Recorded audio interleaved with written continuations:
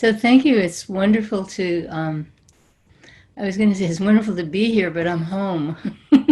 I've known Lucy like forever. Stan has known her even longer. So we've heard a lot about you guys, and it's really nice to see your shining faces on the screen.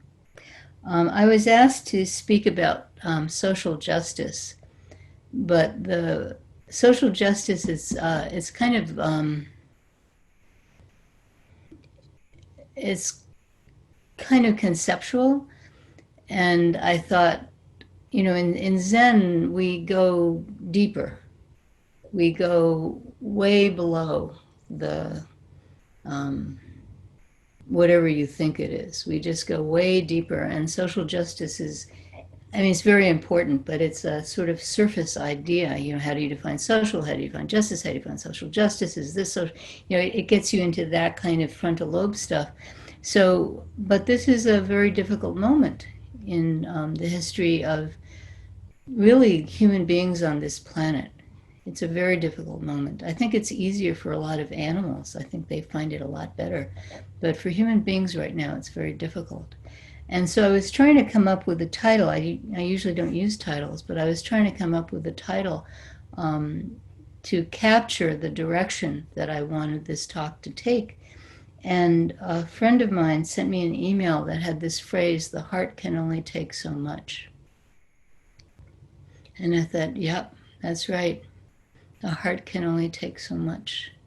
And then my description of this talk goes, we are living in the confluence of multiple disasters over varying periods of time, a worldwide pandemic that's been going on for months, pending climate catastrophe, which has been going on for decades, and racial and ethnic discrimination and violence, which has been going on for centuries, and not just in this country, but there's hardly any country that doesn't have some kind of version of racial and ethnic discrimination and violence.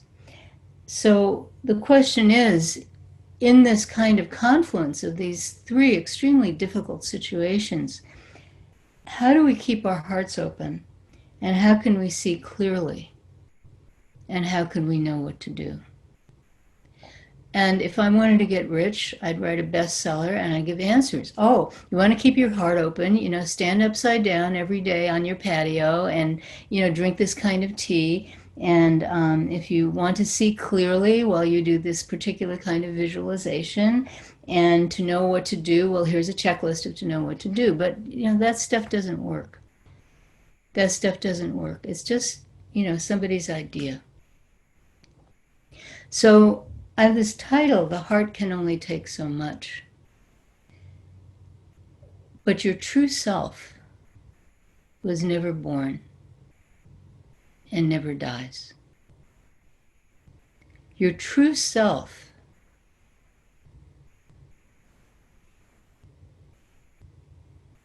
can deal with anything.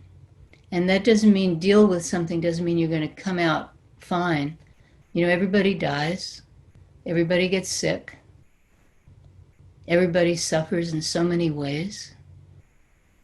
I don't think there's anyone well, I can only see 25 people on my screen, but I don't think there's anyone tuned in. Now I'm looking at the other screen too. I don't think there's anyone watching this who has not suffered in their life. Suffered grief, suffered anger, suffered frustration. There's no one that hasn't had something like that in their life. But your true self is stable. So I have a friend whose teenager is being a very big teenager, going through all the teenager stuff. And, our friend was telling us about how, well, first her kid did this, and then her kid did that, and then went back to this, and then went to that, and then went to the other. And the way she was talking, I said, you were really like a rock through all of that. You didn't waver. You weren't, you didn't let your kid do anything, but at the same time, you weren't shaken by what your kid was being shaken by. You were like this strong pole, that she could hold on to. when she was going through whatever she was going through. Well, we all have that, and that's called our true self. We all have that. So Zen means to awaken this true self. And this true self does not belong to me, and it doesn't belong, I'm just going to say names here, it doesn't belong to Danielle, doesn't belong to Marcia, doesn't belong to Lisa, doesn't belong to Julian. We don't own this true self. This true self, it's like a sea that you enter, and it supports you. So it's not my true self and your true self. This true self is everyone's true self. And to be reliant on that true self. And then, yes, we have grief, and we have anxiety, and we have anger, and we have all of these things, and we have happiness, and we have joy, which in themselves are a kind of barrier. You know, sometimes you're so happy and you can't realize that the person next to you is suffering. Everyone's had that experience. So to not have these winds that blow through us, knock us over, we have this solidity, this equanimity, this true self, and that we can rely on this true self. And that doesn't mean that we'll never die, and it doesn't mean we'll never suffer, it doesn't mean we'll get rich, it doesn't mean any of those things. But this true self gives us the ability to use whatever we've got, to use whatever we have to help this world. So in the beginning, Mike suggested that people observe their thoughts. I'd like to say that I don't recommend that. And the reason is that we tend to identify with our thoughts. We think that's who we are. So a long time ago, I was doing a solo retreat in Massachusetts, and my brother lives in Massachusetts. So at the end of this retreat, I went to his house and I had a shower, and I stayed with him for a few days. They took me out to dinner, everything like that. So that night at dinner, they asked me, what did I keep a diary? And well, I did, because I had to keep track of the days. This was before cell phones. I couldn't push a button and see what day it was. So I had to keep track of the days. So I did keep a diary, but the diary was very minimal. It would say things like, saw orange newt on path. That'd be like one day, So just some image and the recording of the day so I could keep track, that's all. And my brother said, why did you do that? And I said, well, in the beginning I was writing all these long things about how I was thinking, how I was feeling, and then I realized I was just getting sidetracked from who I really am. I was getting sidetracked. And he said, well, who are you if you're not your thoughts and your feelings? But we're not. That's just the product of our mind and our body. That's all that is. So they drift in and out. The great Japanese Soto teacher Shunryu Suzuki, who founded the San Francisco Zen Center way back 70 years ago or something like that, he said it's like a shotgun house. In New Orleans, they have these shotgun houses. I don't know how he knew about that, but my husband actually grew up in one. So you have a shotgun house, and it's called that because you open the front door and there's the living room, and then you open another door, there's the dining room, you open another door, there's the kitchen, you open another door, there's the bedroom, and so on. The bathroom, I guess, is off on the side somewhere. But if you open all those doors, there's a back door too, and you can shoot a shotgun and the bullet will go through the house. And so Shunryu Suzuki said, it's like a shotgun house. Your thoughts come in one door and they drift out the other door. And they come in the back door and they drift out the front door.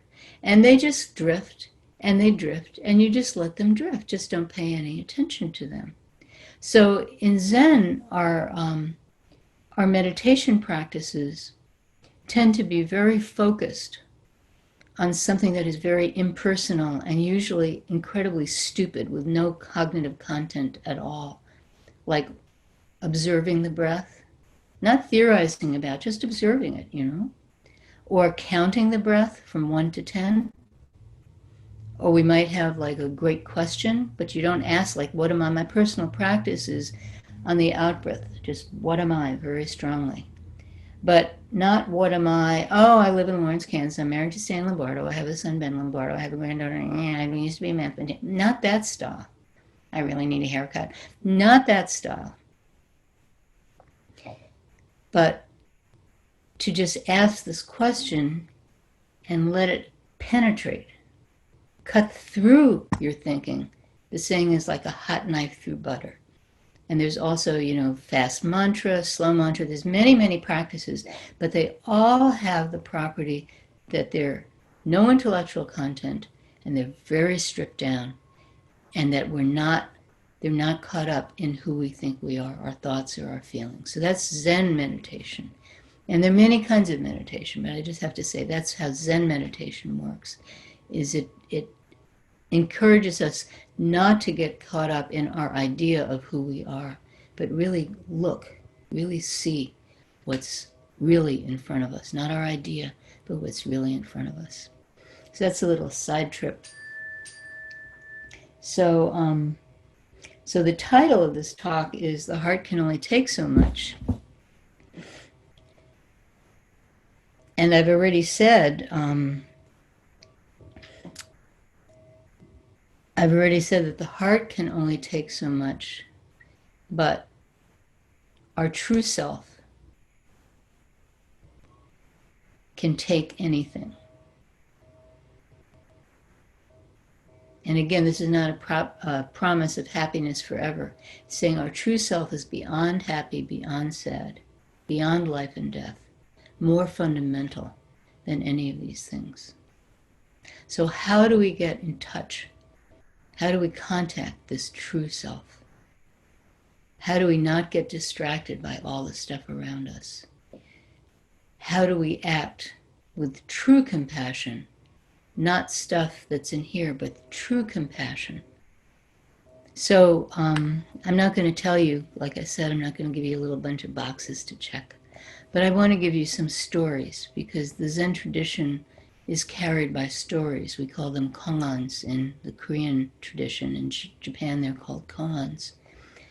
And I'm going to give you one that really encapsulates what we're going through right now. And everyone has seen at least a still photo of Derek Chauvin killing George Floyd. Everyone's seen that. I can't watch the video. I mean, I refuse to watch the video. I can't do that to the memory of George Floyd, but everyone's seen at least a still from it. And probably most of you have seen the video. And there were a lot of people standing around in that situation. There were 3 other police officers, one of whom was a brand new police officer, was African American, another whom was, I think, Thai, maybe, some kind of Southeast Asian, and then a white guy. So there were these 3 police officers who were junior to Derek Chauvin, and they did whatever he told them to do. And then there was the crowd that gathered around, one of whom, I think she was 17, the person who actually made the video. She's very young. And they were saying, stop it, stop it, stop it. So first you have this guy who's murdering this other guy, and then you have these people who are helping him. They're probably not thinking that that's what they're doing, but that's what they're doing. And then you have this crowd of people saying, stop. And it didn't help. Derek Chauvin didn't stop. And the people who were helping him didn't say, wait a minute, what are we doing? They didn't stop. So there's a story that kind of encapsulates this. And it's Namchan Kills the Cat. So Namchan was a very great Zen master, like 8th or 9th century China, which was a very difficult time. It was very similar to our time.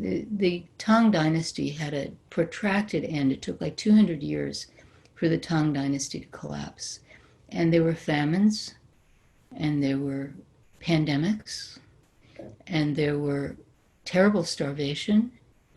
There was a lot of civil wars, warlords fighting with each other. Think about sort of like Syria, kind of thing like that. There was, robbers, brigands roaming through the towns and the countryside, killing and stealing and raping and doing all kinds of things like that. So it's a very difficult, unstable time. That's when Zen grew up. It wasn't like all about, oh, we are so serene. It was a very difficult time, sort of like our time.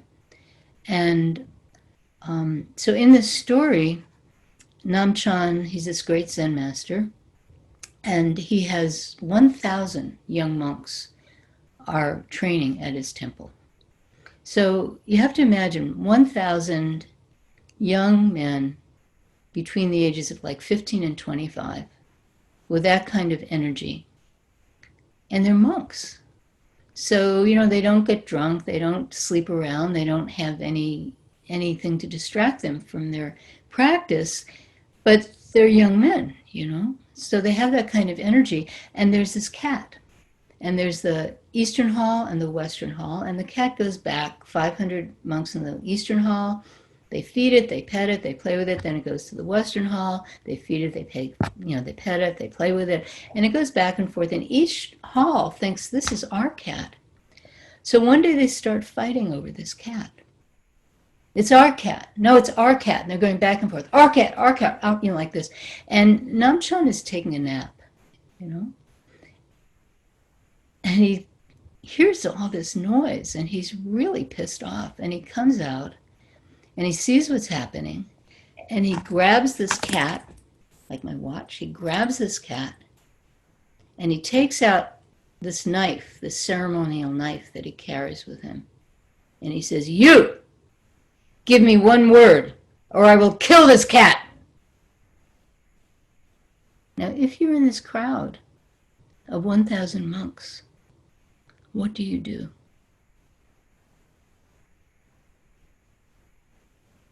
So this is actually a koan. If you practice at the Kansas Zen Center or any place in the Quantum School of Zen that has an authorized teacher, eventually you will be asked this question.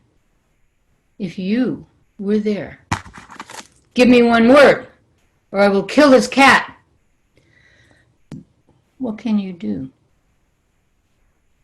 And that seems, it's just about these monks a long time ago in China, but that is exactly the situation that was happening on that night in in Minneapolis. That is exactly what was happening in that moment when Derek Chauvin was killing George Floyd. What do you do in that situation? So this is very real. These stories are very real. They're not made up. Even if they are made up, some of them are. They're very real. They're pointing to something. And what they're pointing is, what can you do right now? And this is the question that we have to face in this situation that nothing has prepared us for. None of us ever expected 6 months ago that what has been happening around us would be happening around us. None of us has expected the kind of ways in which our lives are constricted and other lives are endangered, and our lives are endangered and other lives are constricted in so many ways.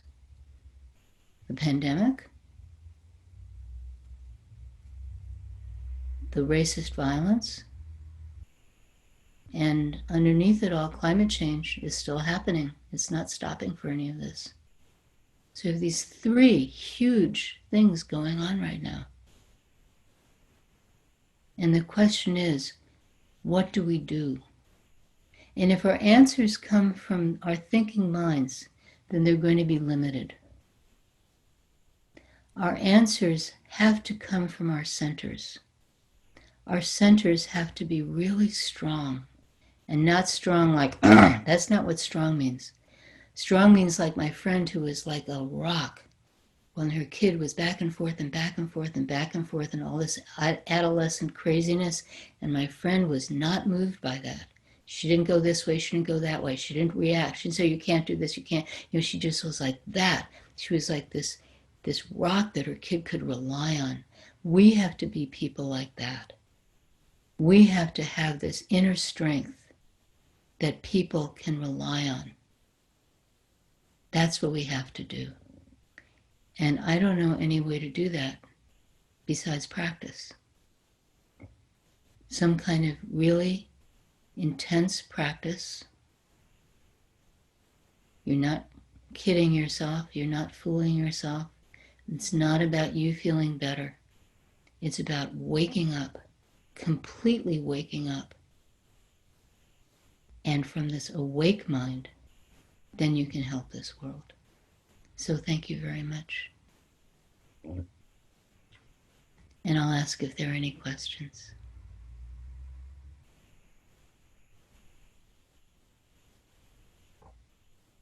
Please put them in the chat, or you can just, you can say them out loud, whichever you like.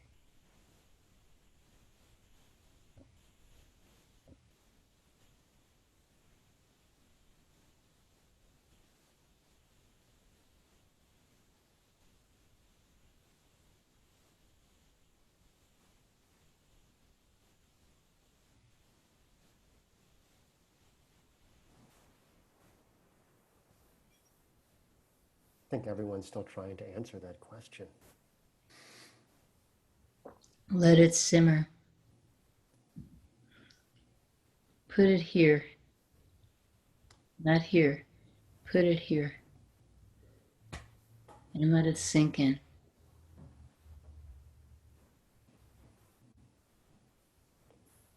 I'll ask a quick question, Judy. Sure. Could you elaborate? I know that you've spoken before about your Hara, which is sort of that center beneath the navel, right?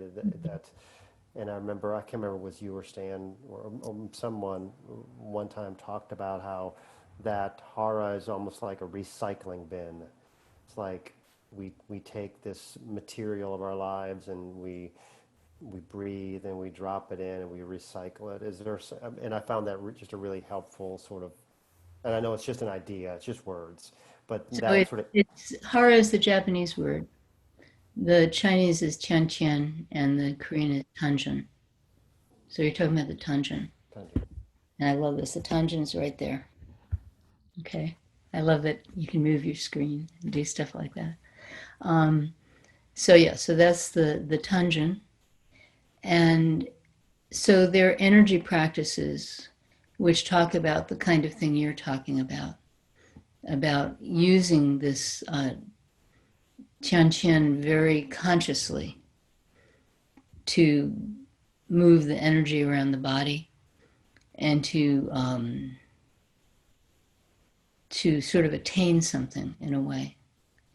But I'm talking about it in a very different sense as a place of stability. So if everybody puts your hand, I'm making a little fist here, puts your hand about an inch or two below your belly button. Just do that. Just put your hand there. And that's your Tian Tian. And then when you're practicing meditation and you feel your energy rise here, just let it sink there. And when your energy goes here, your emotional center, just let it sink there. So in Zen practice, we use this mudra like this, and we put it there. And that way, when we're sitting, we have this physical reminder of where our center actually is. And I think technically, it's probably your center of gravity, or pretty close to it. So rather than being about having some kind of control or attainment, it's more about settling. It's just settle into it. Settle into this, which is not about your own feelings and it's not about your own ideas, but it's just settling into this. So that's how I'm using it. But the great thing about having two teachers at Kansas Zen Center is you get different teachings on different things. So, yeah. But this notion of center is extremely important. So my teacher would take his Zen stick. I don't have mine handy right now. He would take his Zen stick, and he would, when you were having an interview with him, and he would pick it up and he'd poke it at your stomach. He'd actually poke your stomach and say, "You must make your center stronger, stronger, stronger," like that. This strong center is so important. It's just so important. Without it, we just drift with the wind. We're like those monks fighting each other. It's my cat, like that. But with a strong center, then you just sidestep it. You can sidestep all the traps that are around us that prevent us from acting freely and completely, 100%, for this world, not just about ourselves, but for this world. So on another story, somebody asked my teacher once, what is the fast road to Zen? And the guy who asked this question later became a wonderful Zen master who died suddenly of a massive heart attack at the age of 52 while giving a Kwan interview to a 12-year-old girl in Hong Kong. He just went, whoop, died like that. But at this point, he was a very young man, and he wrote a rather rude postcard to my teacher, his teacher, Zen Master Sung San. What is the fast road to Zen? And Zen Master Sung San replied, "Not for me." So it's not about this idea we have of who we are. That's not what it's about. It's for this world. It's for each person in front of us. It's for that cat. It's for George Floyd. It's for the people you live with and the people you don't live with. It's for everyone, and not just human beings, but all creatures. The Mahayana is wonderful because it's peopled with all these creatures, not just the ones we know, but there are all these Buddhas and Bodhisattvas and, Devas, sometimes translated as night goddesses, and the Nagas who have like the upper bodies like human and the lower bodies like a snake, and they live under the ocean. And all these fantastical creatures, many more than I could mention, and they're all together. They're all together. They're not separate. So we are not separate from each other. We're not separate from any creature in the universe, even on planets that we've never heard of, and we don't even know what their creatures are like. We're not separate. That's very important. So thank you for your question. I didn't answer it, but thank you. Here we go. So, like many who are concerned and horrified about current events, I have an urgent desire to take action. This requires planning, thinking, collaborating, mind and stuff. How do I ensure the heart leads? Don't let your heart lead. Let your center lead. Your heart will lead you astray. Your mind will lead you astray. Your mind is a tool. Use it. It's not saying don't plan. Of course you have to plan. And of course you have to think. And of course you have to collaborate. But it's a tool. And if we think that that's the essence, then we have a problem. So use those tools, but use them from a place of a strong center. That's really important. So yeah, plan, think, collaborate, absolutely. But they're just tools in your toolbox. So the point is to come from this place of real solidity. And then what you do has a chance of working in a way that doesn't undercut itself. If you read history, there are all these movements that arise, and they always have the seed of their destruction in them. And the reason is that they're not coming from a place that's centered. They're coming from, feelings or thinking, and so they contain their own contradiction, and then they eventually fall. But if we don't come from that kind of place, if we come from a really strong center, then we have a chance to actually change things and not get distracted and not get caught up like those monks. It's our cat, it's our cat. You know, what about the poor cat? Nobody's thinking about the cat. They're so caught up. And this is my cat. No, it's my cat. It's our cat. No, it's our cat. They're so caught up in that. Nobody's paying attention to the cat. So when we're caught up in our thinking and we're caught up in our feelings, that's what happens. We forget about the actual person or the actual situation that we're dealing with. Like you can see, those police officers who were, helping Derek Chauvin murder George Floyd. They were thinking, oh, we gotta, show we're police officers. We gotta be, enforce the law. And this guy is like, whatever, whatever, whatever. We have to show him who's boss. That's an idea.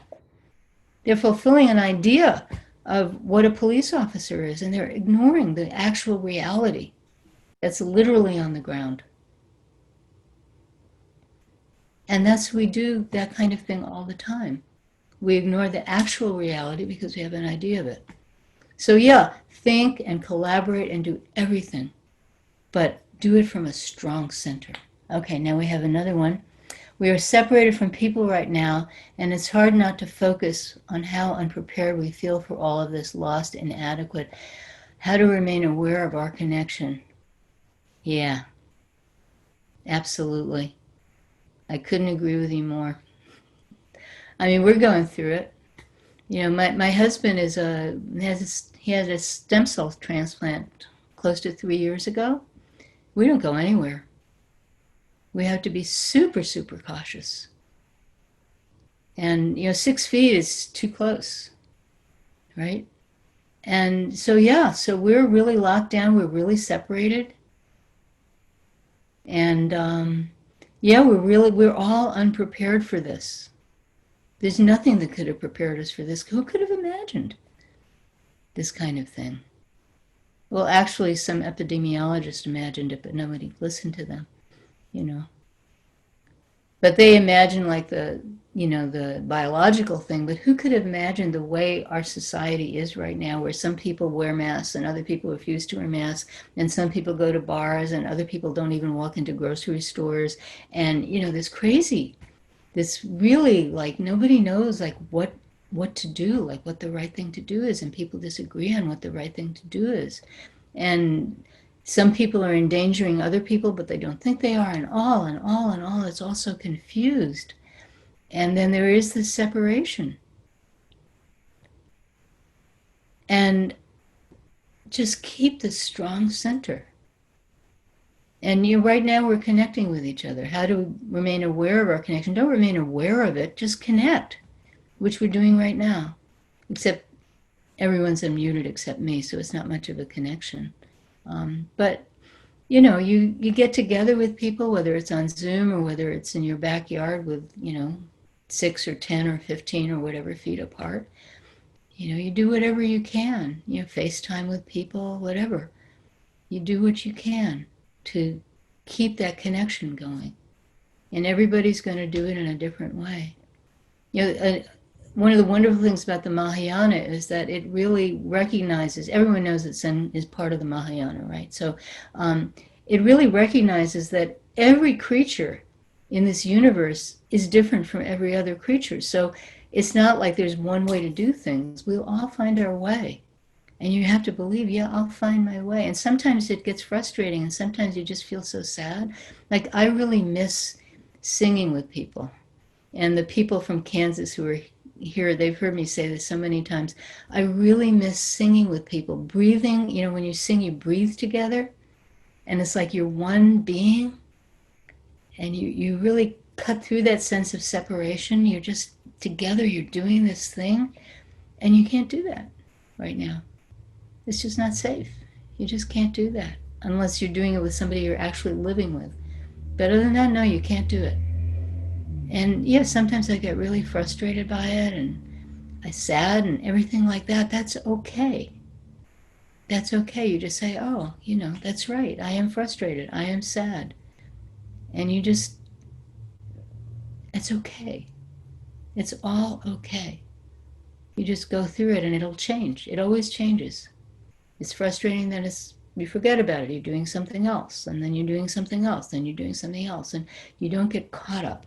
You don't get caught by any of that. You just let it flow through you. The happy stuff, the sad stuff, just let it flow through. Don't hold on to anything.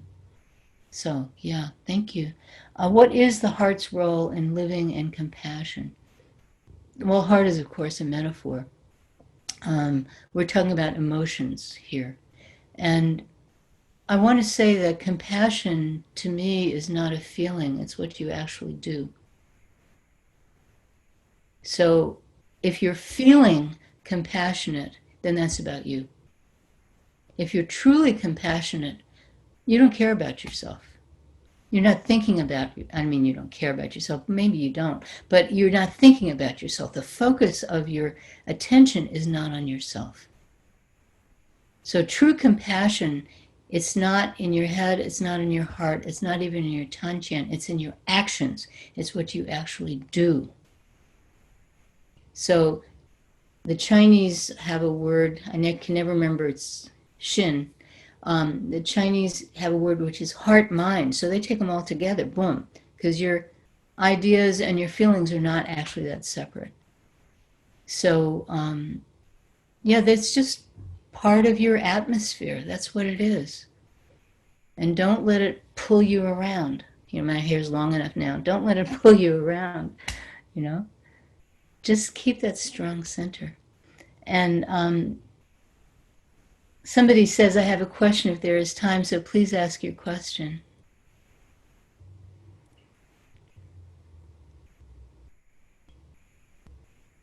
Where is she? Oh, there you are. Yeah, ask your question either on the chat or. Yeah, yeah, and I'm dark because I Okay. had eye Yeah. surgery a couple days ago. Of somebody I love, this is a very personal question. Forgive me for asking such a personal question, No, but it's fine. um, somebody I love and respect very much sent me a video, and he never sends videos ever. So I wanted to see this one because I thought it might be special, and it was an hour and 40 minutes, and it was all about. It's affected me deeply, and I'm not sure how to handle what to do with it. It was an hour and 40 minutes, and it was totally riveting about the ugly truth about slavery and racism in this country. It was just devastating to me, the arguments and the things that I didn't know about. Why Confederate statues got put up and the laws and the things people said, even recently. And it was just heartbreaking.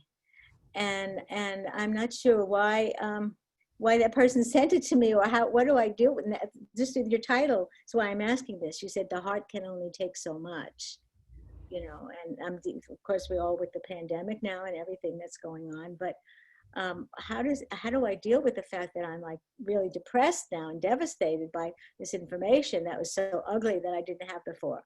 Something like maybe the murder of George Floyd, but anyway, I don't know what to do with this exactly at this point. Open your heart. Don't shut it. Open your heart. So, what's happening with a lot of white people right now, is there anyone here who's not white? Some people I can't see, so maybe there's some people who are not white, but everyone I can see is white. A lot of what's happening with white people is we're suddenly realizing what people who are not white, who grew up in this country, have known since they were small children. So we're being hit all of a sudden with information. Somebody says yes, and another person says, I'm not really white, thank you. So white people are being hit by information that non-white people in this country start learning about when they're very small. And they learn more and more and more about it. Whereas you and me and a lot of other people, it's all of a sudden at once and it's overwhelming. So we have to realize that people who don't look like us have been living with that their whole lives. And they go on. So we can go on. So we have to open our hearts. My particular thing, I'm not really interested in reading about whiteness, and I'm not really interested in reading about what white people should do. What I'm really interested in is really listening to people who are not white talk, in particular, talk like in books that are not aimed at white people, because then I can really learn what it is to not be white, because it's not aimed at me, you know. And yeah, well,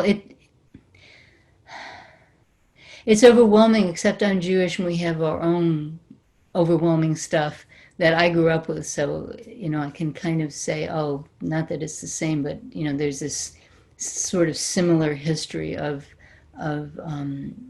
murder and horrible things happening because of your, in this case, your, not even your religion, but your genetic heritage. So it's not as surprising maybe to me, but yeah, it's overwhelming. Like, who knew?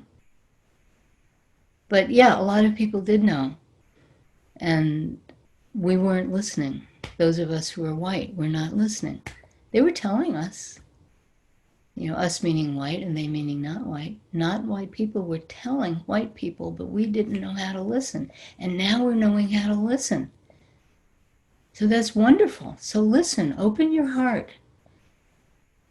Yeah, it's painful. It's like, how could human beings be like that? So just open your heart to it. Don't try to shove it away. Just say, wow, people have been living with that forever. I remember when I was in a postdoc. It was a few years after graduate school, and I was in a math conference in Alabama at Auburn University, and a bunch of us were going to a sort of bar kind of thing. Well, it was a bar. We're going to have beer and stuff after the lectures, and I was walking on this little tiny street with no sidewalk, and talking with a friend of mine who happens to be African American, and he said, Judy, we could get killed for walking like this. And I said, oh, come on, and he didn't push it. But he'd been living with that. And it was so outside my sphere, that I couldn't take it in. And that's what he lived with every day as a young black man in America. And I couldn't hear it. So now, those of us who are white, we can hear it, I hope. And we should hear it. And that's our job. And I should say it's not the job of non-white people to teach us, because they've got enough. Everyone has enough on their plate. The whole thing about the white person going to the not white person and saying, oh, it's so horrible, please tell me. No, there's a great thing in the New York Times. The guy says, I was going for ice cream. And this white woman comes up and she starts, saying, oh, I feel so bad about what's happening to you people. And please, I just want to eat my ice cream. I don't want to have to educate some white woman, or white man or whatever. So please have respect for other people. We don't have to play out our little games on other people, those of us who are white. You shouldn't do that. Please respect other people, but learn and open your heart. And it's a fantastic time to do that right now, because it was not, in everyone's face, and now it's in everyone's face. And hopefully people can look at that. So there's a question here. Can you say more about the experience of connecting with the center? I don't know if connecting is the right word. It's really make your center strong. And I don't even know if talking about it as an experience, it's just like being grounded. You're grounded, You're like, I'm sitting on this cushion. My legs are on the cushion. The cushion, the mat is on the floor. The floor is over a ceiling, which is over air, which is over another floor, which is over a concrete slab, which is over the earth. We're supported all the time. And to be really aware of that support. And to, just keep our energy there. So it's not like an experience. It's just let your energy go there. Let your energy sink down there. Let your energy sink down there. And just, if you do martial arts, they talk about that all the time. Just in martial arts, you have to keep your energy really strong. And I don't know if there's much else I can say about it. Just do it. And yeah, at first it's kind of hard. I know when I started practicing, oh man, my energy was always up here. I didn't know any other way to do it. I didn't know any other way to live my life. And a lot of us are like that. We're trained from the time we're really tiny to put all our stuff up here. You know, the minute we start talking, we lose because we put everything up here. There's this wonderful poem from this collection of Kangens, the Muman Kwan. Words cannot speak truth. Oh, it has a speech cannot point into, so words cannot speak truth, speech cannot point into nature. One who holds words is dead. One who attaches to sentences is lost. We spend so much time being attached to words and sentences and ideas and thinking. And we spend so much time, you know, being attached to our feelings of love and grievance and happiness and sadness, anxiety, whatever. We spend so much time attached to all this stuff, and it's always changing. It's always flowing. Why be attached to that? But the center never moves. Even if we move, the center never moves. There's a wonderful book called The Mirror of Zen, 17th century Korean Zen Master Sosan. And it begins, how does it begin? Oh my God, am I forgetting? I suddenly forgot it. But I have it right here, so I will go up and get it, and there will be this weird thing on the tape where I suddenly disappear and then come back.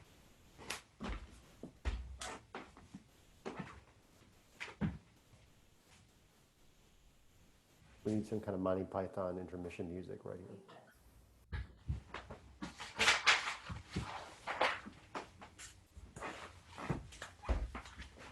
Okay. Oh, I got it now. There is only one thing, I don't even have to look it up. There is only one thing from the very beginning. Oops.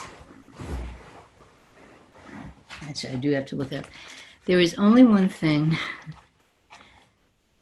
from the very beginning, clear and mysterious. It is never born and it never dies. It cannot be described or given a name. So that's very important. What is this thing that is never born and it never dies? It cannot be described or given a name. That's the point. So touch that. That's very important. And yeah, it sounds easy, but you just have to do it. And you just have to do it and do it and do it. And everyone actually has had an experience of this, but we don't really believe in these experiences. And I don't mean a special experience like, you know, where all these Buddhas and Bodhisattvas come down wearing silken robes and these, you know, lotus flowers are scattered all. I don't mean anything like that. But everyone has these moments of, yeah, right. Everyone has these moments, but we don't believe them. So when Buddha, you know, sat and he, for 6 days or 6 weeks or 6 years or 6 whatever, when he sat under that Bodhi tree and he looked up and he saw that star, and what he said was, how wonderful. Each thing in itself is already complete. Each thing already has it. But they don't, and it's usually translated, they don't know it. Now, I don't know what he actually said. It's not translated. It's usually they don't know it. But I don't think that's correct. I think what it is they don't believe it. Each being already has it, but we don't believe it. So in some sense, what the strong center is, it's completely believing in yourself, but not believing in the small self, the self that lives inside a box. Not that self, but this big self that belongs to nobody, this self that interpenetrates everything and everything interpenetrates it. That self. Believe in that self. So, let's see. Seems prostration bows have to do with strengthening your center. Any thoughts on prostration bows and strong center? Yes. So prostrations, gosh, you'll have to ask Mike to demonstrate for you sometime. I'm not going to do it right now because of the weirdness of Zoom and everything like that. So with prostrations, you go all the way down and you go all the way up again and all the way down and all the way up. And when you're down, your hands are like that, your head is touching the floor, and so on and so forth. And when you do prostrations, what happens is your head is on the ground and your butt is in the air slightly, and it's a position of complete surrender. So we're primates, and if you're a primate and the head primate decides that you're threatening and you want to show you're not a threat, what you're going to do is you're going to get down in a posture like that. You're going to put your head down and your butt in the air, and you're totally helpless. You can't do anything. And so it's this real kind of sort of humility posture. And then you get up again, and then you get down again, and then you get up again, and then you get down again, and then you get up. And we do it well, not on Zoom, but a lot of us do it independently on our own 108 times every morning. And if in a Korean style is if you go to a Korean teacher and you have terrible, terrible problems and you don't know what to do with the problems, they'll say, oh, do 500 prostrations a day or do 1,000 prostrations a day. And when you do that, it's like it's bypassing all your thinking. It's bypassing all of that stuff. And then what happens is it's like you get rewired almost. So what these bows do is they kind of bypass all the kind of thinking and feeling and stuff that leads us astray, because it comes and goes, but it's like you're so busy doing this motion, which gives you this kind of